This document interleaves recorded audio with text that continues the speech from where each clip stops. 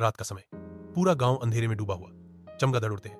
एक पुराना कुआं गांव के किनारे स्थित है। कैमरा धीरे धीरे कुएं की ओर जूम करता है। बनवारीपुर गांव में एक प्राचीन कुआं है जिसे प्यासा कुआं कहा जाता है।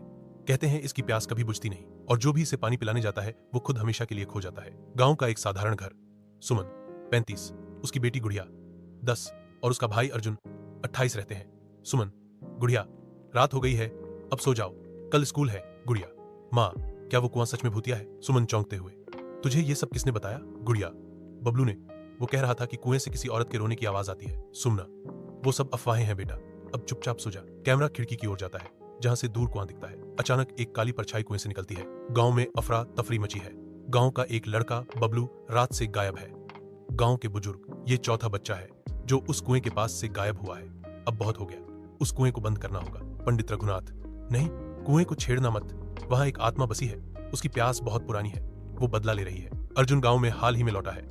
वो एक वैज्ञानिक है और इन सब चीजों में विश्वास नहीं करता। अर्जुन, ये सब अंधविश्वास है। अगर 4 बच्चे गायब हुए हैं तो हमें पुलिस और वैज्ञानिक जांच की जरूरत है। गांव वाले गुस्से में, हमारे पूर्वजों ने चेतावनी दी थी। प्यासा कुआं नींद में भी लोगों को बुलाता है। रात होती है। अर्जुन अकेले में कुएं की ओर जाता है, एक कैमरा और टॉर्च के साथ। कुएं से धीरे धीरे हवा चलती है। अर्जुन कैमरा ऑन करता है।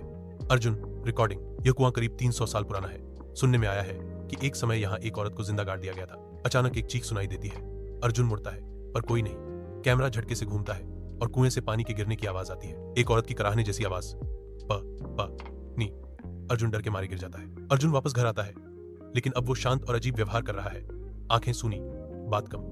सुमन, भैया, सब ठीक है? अर्जुन धीरे से, वो प्यासा है, बहुत प्यासा। रात को अर्जुन चुपचाप उठता है और गुड़िया को उठाकर कुएं की ओर ले जाने लगता है। सुमन जाग जाती है और पीछे दौड़ती है। कुएं के पास अर्जुन और गुड़िया खड़े हैं। सुमन, भैया, क्या कर रहे हो? अर्जुन बदलती आवाज में, मुझे पानी दो, नहीं तो मैं उसे ले जाऊंगी। सुमन को समझ में आता है कि अर्जुन पर किसी आत्मा का साया है। वहीं पास में गांव के पंडित और गांव वाले आते हैं मंत्रों के साथ। पंडित रघुनाथ, तू जिसने मासूमों की जान ली, आज तुझे मुक्त करते हैं। मंत्रों के साथ हवन सामग्री कुएं में डाली जाती है। एक तेज चीख गूंजती है और अर्जुन बेहोश हो जाता है। आत्मा की परछाई धीरे धीरे गायब हो जाती है। कुछ दिन बाद गांव में सब सामान्य हो गया है। कुआं अब बंद कर दिया गया है।